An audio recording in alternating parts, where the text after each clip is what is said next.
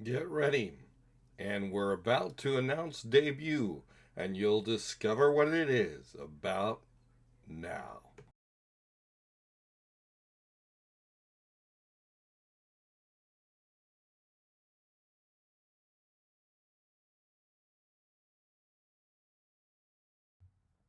Hey, welcome to the debut interview series. If you're wondering what debut is, hey, you're behind the times because everybody should be talking about it.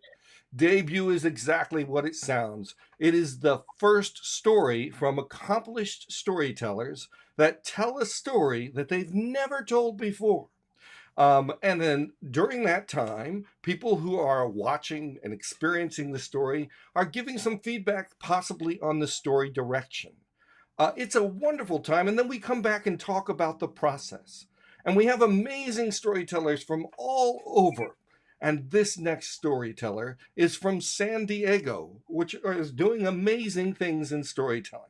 Whether she works with story within the context of puppetry or storytelling, from what I understand, she is also a teacher, has been trained in Waldorf, and this is what's on the page. Let me tell you what's not. Just in the short time that I've met this storyteller, I can tell she has the heart that goes out to story, that she spends time working with the craft and is open to learning more all the time. She'll have to tell me if it's not true, but I think it is that she's a student as well as a teacher of all the things that story offers. And it is such a warm day to welcome Miss Mindy Donner. Welcome, Thank you, Mindy. Kevin. I feel welcomed. Oh, good. That's our whole purpose. Very welcome. Yes. So, how is everything in San Diego and in the world of story? San Diego is sunny and the garden is blooming. The songbirds are singing and the storytellers are juicy. I like Yeah. that. Okay. There's great things going on, especially in California and San Diego. And so, we've all been affected by the pandemic, but at the same time, have you been able to work on your story as a craft during this time or uh, Well, it's taken some really sort of untoward and wonderful turns and twists. So I think the learning from this is always to be that flexible flow and to dodge out when it just when it seems impossible. But this is a small story, if you will, of the art in during the time of COVID, that I had started a youth project from a committee in a nearby neighborhood, which is a refugee and immigrant community called City Heights. And they're a group of Bantu speakers who were born in the US. Their parents were from refugee camps in Kenya. And I happened to know one of them pretty well through the arts. And so when it came to my committee and going out and doing some work rather than just bringing people in to perform we had a library theater space which was pretty lucky near here. um, it it became apparent that this would be a great group to work with, and it took a long time to get to know them because they work by committee. They're a youth empowerment group, so they once a month they vote on who they want to come in, who they want to work with. That took a long time. So we got started before the COVID, but then the COVID hit, and the objective of this storytelling was to give voice to these youths so they could tell their stories of growing up in City Heights, which at times has had a mediocre to poor reputation, and they could tell it through their own experiences. This was based on a survey that they had done a couple years before. They had surveyed 300 youths of various backgrounds in City Heights as to how they saw their community. And so I already had the topics. That's why I was invited in. I said, I can work with those topics through puppetry and storytelling. And we did it. I So love we were quarantined many times. We worked on porches after we lost our community centers that closed for the pandemic. Once we were at the edge of a parking lot. We've been everywhere in City Heights. They made their puppets from scratch. They wrote their stories. We talked and talked. And the topics that they covered, and then I'll change the subject. The topics that they covered are the topics, which they're cleanliness and homelessness, safety and law enforcement, and education. And those were the topics that spoke most directly to their hearts. So it's all out on video. We had to raise the funds for the video. We can put a link up for that. Yeah, yeah. Okay. I That would sounds love. like a super powerful project, and I am all for giving youth a voice. I mean, I co-authored a book called Raising Voices: Youth Storytelling Groups and Troops, because honestly, I had a student once say to me, we were taking them actually to the National Storytelling Conference, about 9 of them, in Kansas City, Missouri. And they did an amazing. We were actually told, okay, they can't tell stories, but they can present a program. I mean, I was like, okay, wait, it's a storytelling conference. Uh, Okay. so I had to revisit that. So we told the story within the context of the program. And my students came up to me and said, we were so scared to present in front of all these storytellers. And afterwards, they lined up. She said, I have never been sought out for what I have to say in all my life. She was 17 years old. And I just don't think we champion youth voices. We keep them invisible, and that's not right. And so I really value what you're doing there. And certainly we'd love to share more about that. Well, I was very stoked, as we say here in San Diego, extremely stoked that the storytellers of San Diego during our recent online festival, because everything's gone online, um, included that video that was made under the auspices of the San Diego Guild of Puppetry. It has tons of storytelling in it, and we're shy of rehearsal time, but we had other collaborators and we were in a program together, the older youth with photography and the same subjects. It was pretty powerful. And I just, uh, I just have had such a, I think, such a wonderful aftermath of this. That's what it's been. That's The so the Yeah, because there's the process, and sometimes the process is crazy and wonderful. Sometimes it's crazy and wow, I don't know. Things happen. We're out there in the street practically doing this project. Things happen, and yeah, but the aftermath, and that means a lot. and I'm sure they And yes, value those voices. They really value. yours in the trenches, Kevin. Yes, And at the same time, let's look at you as a storyteller. We yeah. all have people that we looked at or emulated, or I guess the question I'm asking is, how did you find storytelling, or did storytelling find you?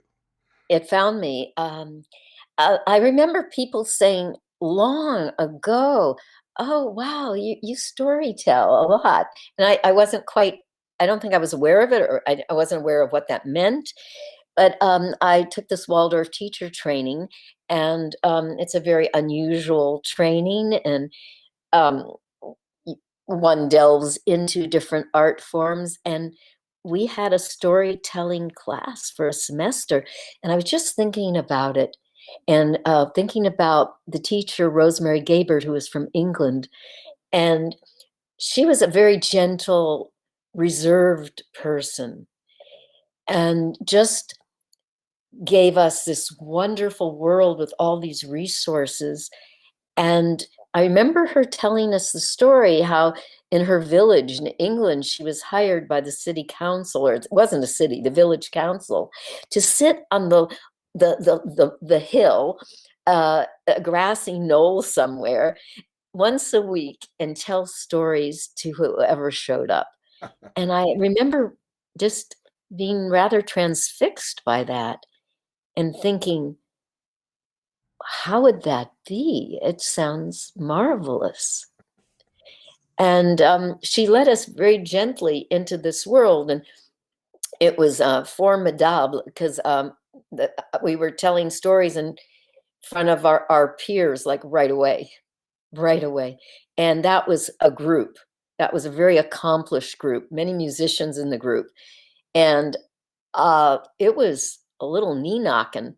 Learned a lot. And it sounds like she was Particularly, gentle, but pushed you, and she didn't was push good. you. Well, maybe she did. Yeah, She yeah, she knew yeah. that And story was about connection. It's she not knew about stories. distance. No, no. And I have actually um, adopted Rosemary's philosophy because when I'm involved in mentoring a workshop, um, whatever it is, I get people up to tell. I'm not. I don't believe that you lecture about storytelling, and then a storyteller is born who's watching you. Yeah, it just reminds me, the professors who say, my education professors, I've literally sat in and when they said, lecture is the worst way to connect with students, and they're doing it in the form of lecture. You know, you also recognize story as an art, but story embedded in many arts. Can you speak a little to that? Just how you've dabbed Yeah. into or dived Yes. into many arts. Yes. Yes. That even I think for me, even something that could be abstraction, whether it's watercolor painting or a dance or whatever, to me has a nexus of story, or I read story into it. I'm a cloud watcher. I lie on my back still after all these years, and I'll watch the clouds, and I'll find all kinds of mythical beasts and wonderful creations up there, and then a story starts forming. And I think that's that's part of the way I'm wired. So that even if it's way abstract, as like Butoh dance can be extremely abstract looking, but there's always the image from which a person finds the inner gesture that becomes the outer gesture. It's very non-Western. You've probably seen it, but and that's a very small part of my life, but I'm just bringing that in because it seems very significant that working with the images. And so when you're telling stories, you're incorporating those kind of ideas, are you not? Uh, I Yes. mean, is it possible you can give us an example of how you might have done Um, as I think this is also a theater technique. that? Um, that my teacher Rosemary was seated on the grassy knoll, looking out at the field and the audience that was assembling. I see it. The audience is going to look where I look. The audience will see into what I see. And storytelling is about visible space when it's not there, if that makes sense. I'm just Makes sense to reacting me. to what you're saying is we can direct people to see what's not there on its apparent face, but through the body, through the sound, through the movement. And you have studied movement in that sense. Can you speak a little bit? Well, you've already done maybe a little more on how movement moves your story per se. Yeah, yeah. I started dancing when I was 3 because I had flat feet. I still have flat feet. I still like to dance once in a while. And so on and off during my life, there's been a lot of dance, a lot of dance training. And as an adult, after a certain point, when I came back to it after a long hiatus, I realized that I love improvisation the best, the I play. hey, you got me here. I Yeah, definitely yeah, love yeah. play. And I and love we it need to so, dance, don't so we? much.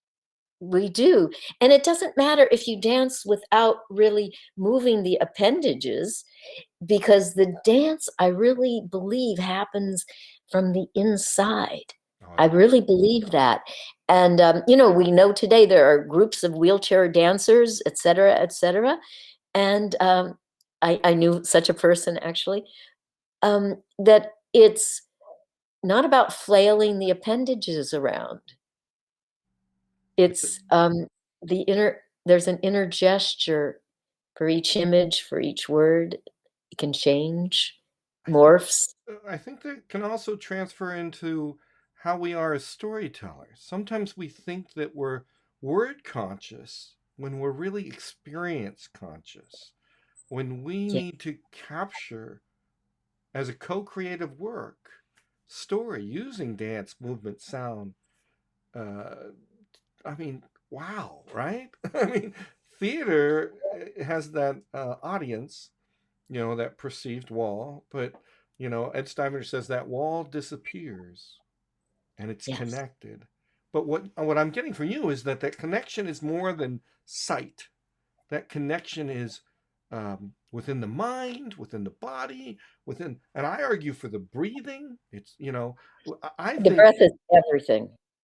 if you can get an audience to breathe at the same rate you are, I think it builds a connection. What do you think? I know it does. All you have to do to gather your audience is to stand there and breathe and look out and make those people friends. There are lots of friends in your audience. Often People who yeah. we rush to sound when we should dwell in silence because it makes the most And noise. oh, wow, that was pithy. That was pretty pithy, Kevin. So, in puppetry, we say I'm just gonna do it with my hand.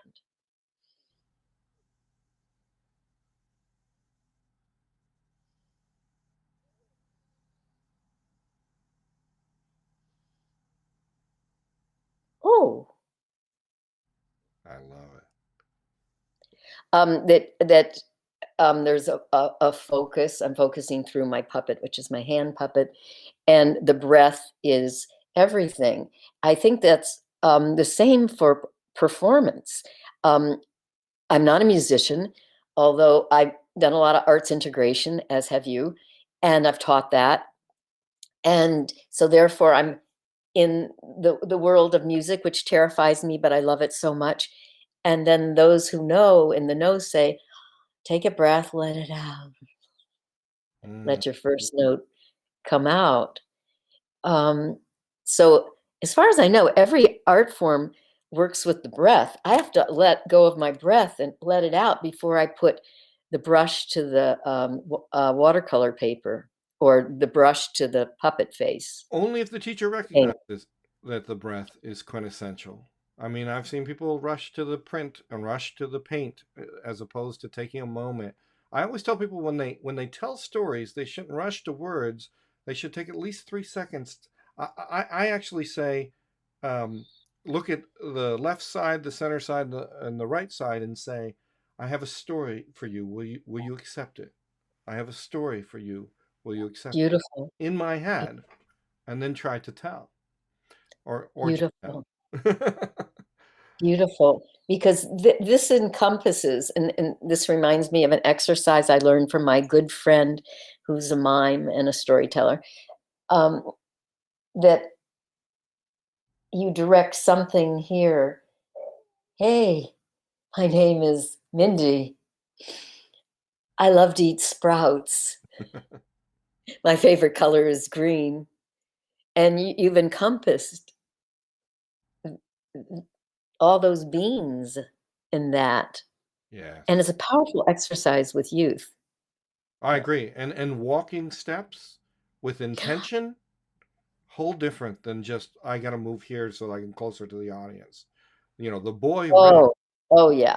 Oh yeah. Well, we could spend the rest of our whole time talking about intentional movement, because I've had over the decades I've been in storytelling to like loosen my grip, and that's the way to do it, and accept people who do rather unintentional movement, and just see that I've been pretty biased because it's from my background. They have a different background. They bring whatever they come with, which can be so power packed and marvelous and whimsical and dramatic.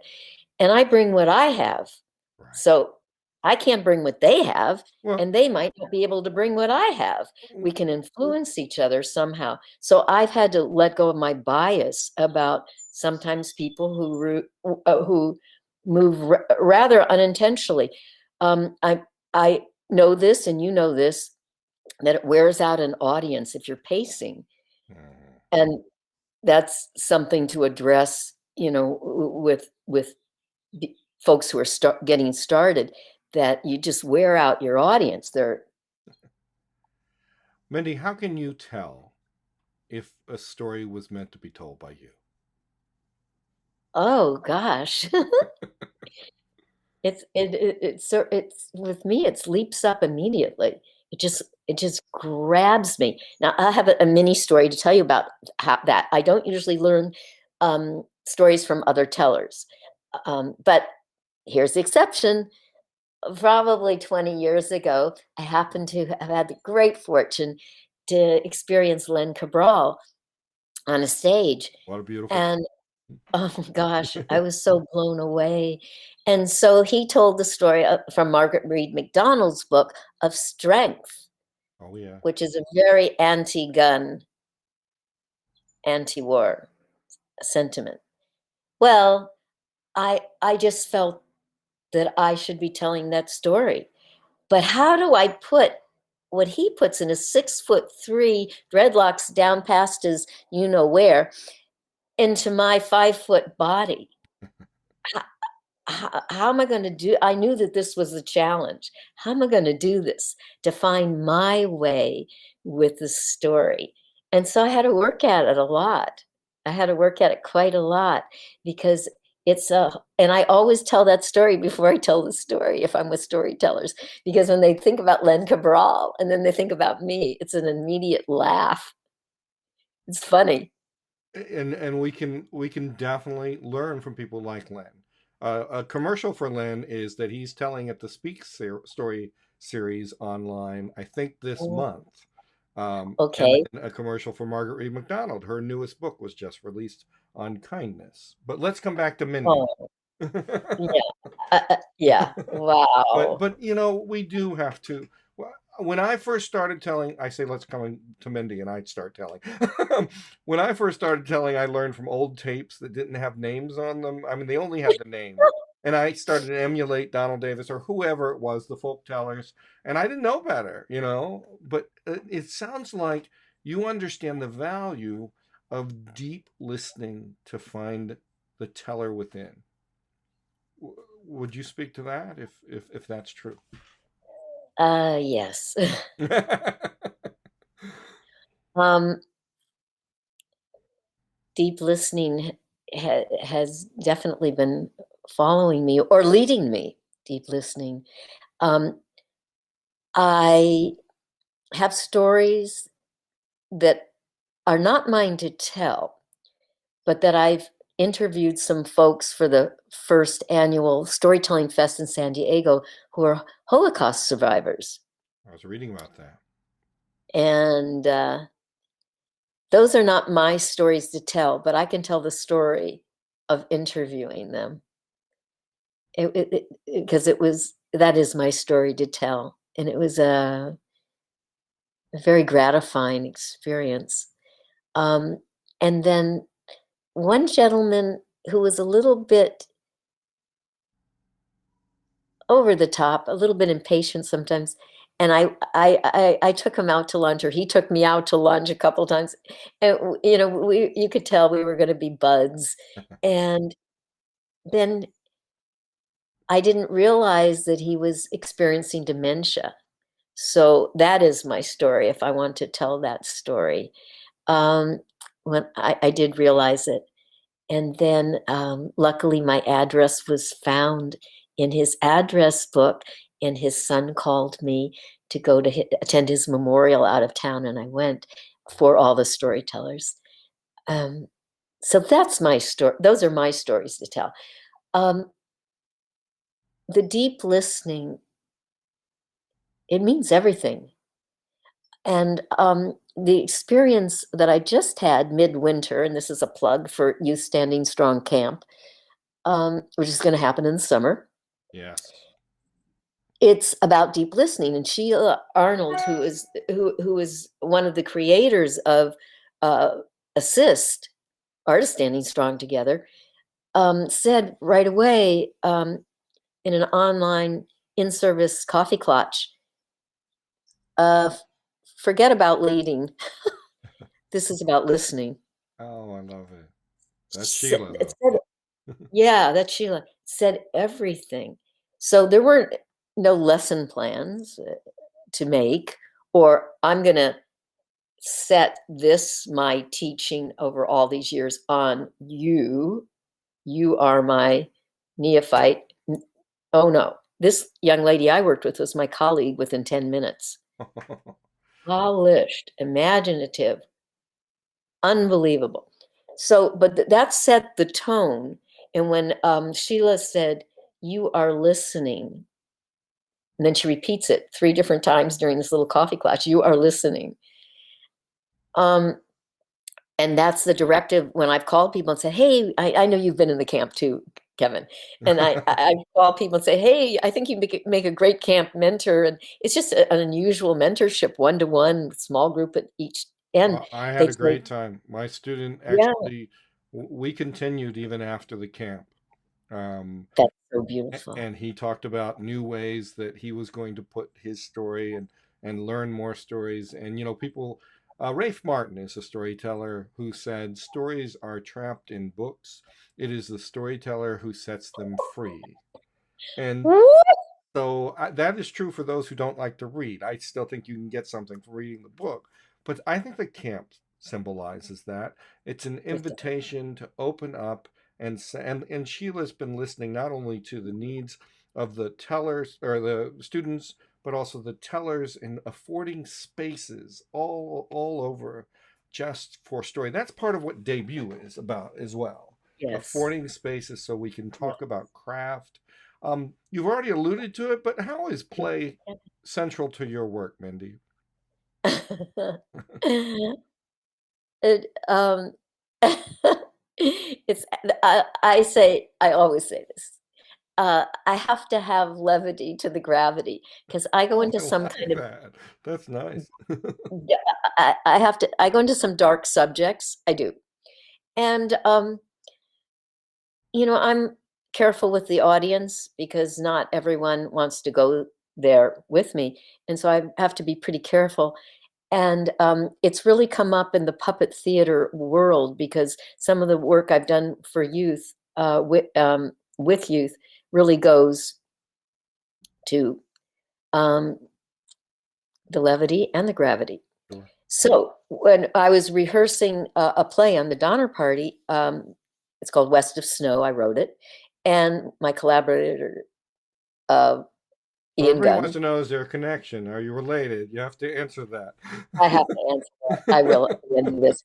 We had a graph up on the wall, a long ream of paper, and that we went scene by scene, and it was a, a line graph, and it had peaks and valleys, and we looked at that because we needed to achieve that in just about every scene, I think, or you're going to put your young audience to sleep. And um, we had written let's bring levity to the gravity. And that's just something that's very hallowed for me, bringing levity to the gravity. So the play is, when you do the outtakes, you can go back and do the real thing with a whole different spirit. And sometimes we would just play outtakes. And I love that. It's just so crazy. And I have to tell you one of the fun things, but then I will tell you about the Donner Party connection. Sure, One of the please. fun things is, no, this wasn't fun. One of my best friends went to the other realm from cancer before her 40th birthday. And she used to refer to me as her spiritual mother, among probably a couple others. And she had a wild sense of humor. And we had collaborated on some crazy stuff. And it was from her crazy humor. It was all about tape and the dark things that could come with tape. And so I know she had written it and sent it to me. I couldn't find it on my computer. I couldn't find it in a physical file. Yeah, I'm one of those. I'm old enough to have physical files. I have one. So yeah, yeah. Couldn't find it, couldn't find it, couldn't find it. But I got together with another colleague who was all about play, and he does a lot of online animation and stuff like that, all about play. Crazy, crazy. And we just went for it. Wow. I didn't give it to about the Donner Party. So I honestly think that I'm not related, and this drives Marilyn McPhee nuts. That I can't go back in my family because they came over way pre-Holocaust. They came over around the turn of the century, maybe a year before or something. I can't go back. I can't find them, and I've asked everybody, and it just seems to be sort of locked up. And then it goes back to the old country. Well, I would have to just go to Austria, Hungary, and just start searching. I mean, the empire was huge, but I know one set of the Hungarians, those are not the Donners, those are the singers. But the Donners, I just don't see them as being related to that family that went out from Illinois. However, my good friend said, when I write grants, I'd always put a PS. I don't think I'm related because I know the committee's going to be going, who is she? Is she related? In the interviewer, Um, uh, I always would say that because that's my way of being forthright. And he said, Mindy, do not say that. Tell them you're still researching it. Well, Mindy, I have to share this with you. My grandmother's from West Virginia, and we only visited one place. I'm in Ohio and West Virginia, so I thought those two states were the only ones in the country. Um, and my grandmother, who she looked at me and she said, "Your uncle died on that great big boat." I said, "What are you talking about?"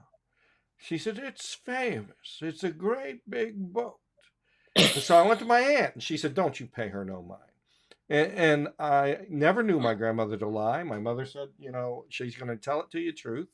And then I went to my other aunt. I went to Aunt Ollie and she said, "Now you go look it up." She says, "Your uncle died on the Titanic. His name's George West. It's in the Walter Lord's book. It's in the back of the book." And there I am. So I went to the museum when the Titanic toured, and there is his name. Now, as soon as you get there, they hand you that you're a passenger and you go through as a passenger, but I didn't get him. But when I left and came out, there was my aunt who had lived, and no one said anything about her. George was married. So, so you never know, right? And trust your granny. That's what my takeaway Oh, is. very much. Addie West was an amazing, amazing woman. Um, Granny West. I love it. Well, we cleared up that. well, there you go. There we We go. sort of. I don't know what's clear. It's not clear who I'm related to, but So, Mindy, you're going to be on. I was going to say the Donner Party, but no, you're going to be on debut. Not, it's different than the Donner Party, I guarantee. Lunch will not be served, and you will not be on it. Virtual lunch, baby. oh, Why do debut? I just sounded like fun. I'm transitioning when the pandemic hit. I'm sure all your people are talking like this. When the pandemic hit, and then when the pandemic started, and then when the pandemic took over and infiltrated our lives. Well, I was on the nadir of a long teaching artist career, and I was going out at the most 3 times a week, at the most.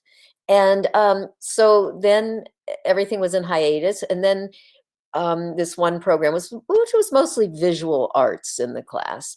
Um, we I was asked if I wanted to reconvene with them and put on line lessons, and I said, "I love you all, but no thanks, and I'll make more work for other people." That's great, Oh, there you go. and yeah, it's just like I like things to just go organically like that. I Right. do because I like those people. I like all my people. I always do, and I always leave when I'm in good standing and I really like everyone. And I usually miss them a little, and it's fine. That's my way of gracefully making this bridge to the next thing. And I don't know what the next thing is, but Andrea contacted me and said, "So Mindy, what about you want to do this thing called Debut?" And Kevin Cordi, and here's his thing, and I'll give him your number. And I said, "Sure." Well, and So we're so glad that you did. yeah, And when is debut? April 25th. There we go. Sometimes I ask, and people are like, I don't remember. Oh no, Two ticker tape, o'clock ticker Eastern tape, Daylight between Time. artist brain, right? There you go. And I'm not gonna say what time because invariably when you say the time, I'll let you say it.